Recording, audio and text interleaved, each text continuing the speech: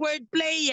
Alam mo kung paano yung wordplay? Pukin ang ina mo, paglalaro-laruan lang kita dito tapos tatapakan ko yung pagkatao mo. Tapos ipagyayabang mo sa akin na kung sino-sino yung mga pinapatumba mo, eh yung tumalo sa'yo kagabi, kinailangan pa akong pagtulungan para lang matalo. Yun yung pinagkaiba nating dalawa, pukin ang ina mo. Wala ka nang inangat yung karir mo kasi nga umalis ka sa WeLife, tapos pagbalik mo dito, nagkakalat ka lang sa entablado. Ganon ka katanga, napakabobo mo na kalaban. Sabi ko na nga ba sa lineup, ikaw yung pinakabobo doon.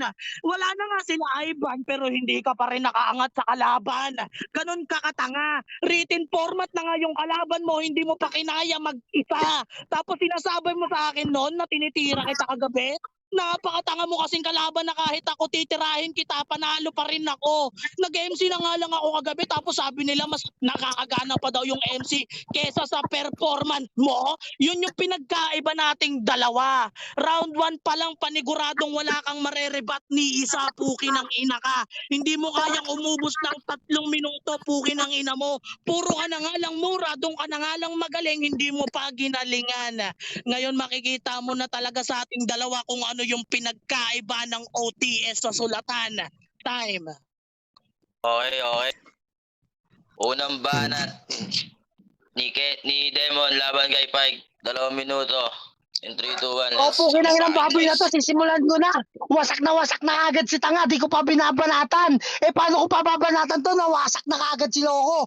Opo, kinang ina, anong tigi-tigi? Oo, lagi kang titinggalit po, kinang ina mo kayo. Pagmumukha mo pala, mukha ka ng titinggalit. Hayop ka po, kinang ina to. Masyadong bias, kala ko pa naman kaibigan. Yung pala po, tangina, nababayaran. Opo, kinang ina. Ultimo dice man lang, di mo man lang pinalusot. Pukin ang ina, rebuttal side. Ako ang unang babanat. Bobo ka ba talaga? Ay, nako, Pike. Ngayon na naiinis ka ng panigurado, mapipikon ka.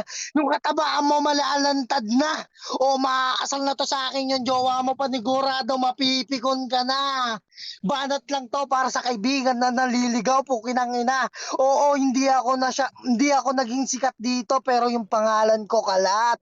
Huwag kang kilala mo yon, Pike. Baka nakakalimot ka kung sino yung kaharap mo. Isa ding estudyante ni Popoy, tumpukin ang ina mo ka. Napukin ang ina, kanyang durugin yung maestro niya. Samantalang ikaw na natili ka na lang talagang estudyante, king ina. Time! Okay, time. Pangalawang banat ni Pike laban kay Demon. 2 minuto. Yan ang pagkagalin niya. Pwede yung Plato. In 3, 2, 1. Let's up. Noise. Yan. Sigurado ka, lalaban ka sa OTS tapos yun lang yung kaya mo? Asan dun yung narebatan mo? Sabi sa'yo, wala kang marerebatan kahit isa eh. Seryoso ka? Tapos sasabihin mo pa na naging bias ako sa event kagabi? Pukin ang ina mo, wala nga ako sa Orado, di ba? Tapos yung wifi mo pa, di pedal, pukin ang ina. O di ba, sabi na nga ba, mauutal na naman tong tanga. 2 beses niyang inulit yung sinabi niya. Ngayon, pinaliwanag mo talaga sa amin kung gaano ka katanga. Di ba? Napakatanga mo. Wala ka na nang naribat tapos inulit mo pa yung reference mo kagabi. Yun na yun. Kahit siguro murahin kita maghapon, mananalo pa din ako sa'yo. Napakatanga mo kasi wala ka na nga kwenta na kalaban. Tapos sasabihin mo sa akin, naging estudyante ka ni Popoy, king ina mo. Sa lead match pa lang kilala na, TTG 5. Ganon yung pangalan ko sa lead match, pukin ang ina mo. Eh, ikaw wala ka sa application, bakit kilala ba yung pangalan mo? Tapos sasabihin mo sa akin, hindi ka sikat. Tapos yung pangalan mo kalat. Sigurado ka? Saan ka nakakita ng hindi sikat tapos yung pangalan kalat? Bobo ka talaga. Di ba minsan na nga lang tangat? Nireference sa'yo kagabi. Kenshin pangalan mo, baliktad talim. Di ba wala kang na-rebat doon? Tapos dinadamay mo na naman si Popoy never heard ka lang dito. Wala kang pinanalo sa lahat ng event na sinalihan mo. Yun yung pinagkaiba natin. Sa lahat ng event na sinalihan mo hanggang elimination ka lang, iho. Sigurado ka, Dodong?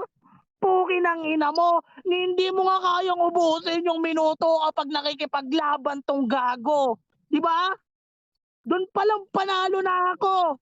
Hindi mo na kailangang huraduhan kung sinong mas tangan dalawa sa amin dito. Kasi kita naman na lumilitaw na kung anong estilo lang yung dala mo. Di ba? Doon pa lang wala na.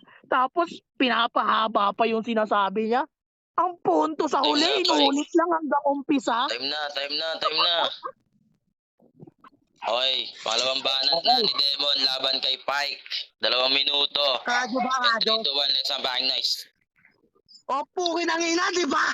Ang hilig mo talagang mag-overtime construction boy ka talaga. Pukin ang ina mo ka, Pike. Ikaw yung baboy na nagko-construction. Kahit na anong gawin mong pagko-construct, panigurado, hindi mo pa rin maiiwasan pagka sinapak kita, panigurado. Maaasar to sa aking baboy na to. Pukin ang ina to. Ako daw yung mahina. O baka mamaya sadyang hininaan lang para di makita yung tunay na halaga. Pukin ang ina mo ka, Pike. Tandaan mo, ako ang pinakaayaw niyong mawala sa TTG dati. Kaso na-realize ko parang yung TTG, titinggalit yung katunog, pukin ang ina. Doon pa lang panalo na ako eh. Aasahan ko pa bang magmura dito, tangina. Pero pukin ang ina mo, mumurahin pa rin kita kahit na magdasal ka pa ng 8. Ikaw ay tutupi sa 4, tapos sabay ikaw ay ikakamada. Pukin ang ina mo ka. Bali, yun nga. Dahil sa kakupalan mo, pukin ang ina niyan, hindi mo pinagbigyan yung dice man lang, di ba? Akala ko kaibigan ka talagang putang ina ka. Pero ngayon ko lang nalaman, kahit yung baboy nanunuklaw pala. Okay na kita mo? Gago, may baboy pala nanunuklaw. Doon pala, panalo na ako eh. Yung baboy nanuklaw. Putang ina niyan. May baboy na nanunuklaw, tanginan to. Yung oras, lagpas-lagpas. Umuubos ka nga ng oras, kumakain ka pa ng iba. Ang bobo na ito, puta. Doon pa lang, panalo na ako. Lumagpas yung oras, panigurado, Time na, pare. insulto na kaagad. Time. Time. Huling banat na ni Pike. Gina Pike. Yo, Huling banat mo na. sabi niya kanina, hindi daw ako marunong mag-construct. Tapos yung kasunod na sinabi niya, pag sinuntok kita, patay ka. Anong connect ng construct sa pag sinapak? Napakatanga mo talaga. Sige nga, tatanungin kita. Saan ka nakikita ng baboy na nanukulaw? Di ba? Pukin ang ina mo, sa dice ka na nga lang hindi mananalo, doon ka na nga lang mauuna, hindi mo pa ginalingan. Napakatanga mo talaga. At saka, paano ko naman ibebenta yung kaibigan kung sa event wala kang halaga? Di ba? Doon pa lang panalo na, tas ipipilit mo sa akin na ikaw yung panalo, king ina. Wala kang ang linya na maganda. Kaya nga ngayon patay kang bata ka. Tapos sasabihin mo sa akin na sa TTG ikaw ay mahalaga. Nandyan sa likod mo yung nanay mo, tanungin mo sa kanya yung tunay at hindi sa tunay na mahalaga. Ganong kakatanga na sinabi mong umalis ka sa TTG, hindi ka namang kailangan sa TTG kasi nga yung TTG nagbuhat sa pangalan mo, di ba? Ganon ka katanga. Sa basagan dati sa We Life, nasa likuran ka lang ng iba. Tapos sasabihin mo sa akin na ikaw talaga yung may tira. Ang ina, pinatunayan mong wala ka talagang tira sa basagan. Ganon ka katanga. Tapos sasabihin mo sa akin na hindi ko na nga pinakita para kunwari walang laban. Pukin ang ina mo, ganun ka talaga. Wala ka talagang bara, pukin ang ina. Kahit nga sila Tres binalagbag ka, wala kang nagawa, di ba? Kahit sa babae ng on the spot, hindi mo kaya mag-isa. Di ba? Tapos pagmamalaki mo sa amin, OPG, ikaw lang mismo pumalagbag. Pukin ang ina, tayo na yun. Wala akong paki sa OPG kasi Time na, hindi rin time naman na, ako time na, gustong pare. kalaban nun. Time. Okay, huling banat na ni Demon laban kay Pike. 3, 2, 1, let's go. Okay, putang ina. Irerepat ko lang yung pangalawang banat nito, kaninang hayop na to. Anong pangalan mo sa lip match, putang ina mo, 5. Oh, ikaw yung 5, pero putang ina, yung halaga mo, sentibo. Sentimo, putang ina, sentibo tuloy ang pukin ng inan to. Para tuloy na tibo. Yung pagmumukha mo, mukhang may tibo, pukin ng ina ka. Oo, yung tibo, putang ina, yung boteng nabasag, tapos sabay hinampas sa ulo mo. Basag na nga, binasag pa. Hindi ka ba makaintindi nun? Balik basag na basag ka na nga, di ba? Kaya inis ka na, kaya lumalagpas ka na sa time. Okay lang ina, hindi mo talaga na-gets. Hindi ko naman pinagpipilitan ako panalo. Tinanggap ko, natalo ako kagabi kasi nga nagkaroon ng mental, putang ina leche, nakalimutan ko na naman, di ba? Pukin ang ina mo, pay kayop ka. Bali putang ina, hindi ko pinagpipilitan panalo ako kagabi, tanggap kong talo ako. Dahil napakalakas din talaga ng binigay ng kalaban ko. Pukin ang ina, ang hindi ko matanggap yung kaibigan ko, nilaglag pa mismo ako. Hindi man lang sinabi sa akin nandun si Popoy, pukin ang ina. Di ba?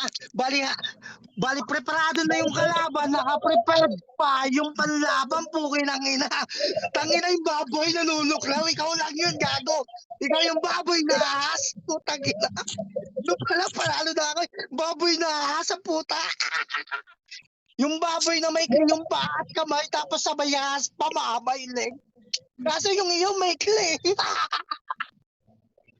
Na, gusto niyo round 4?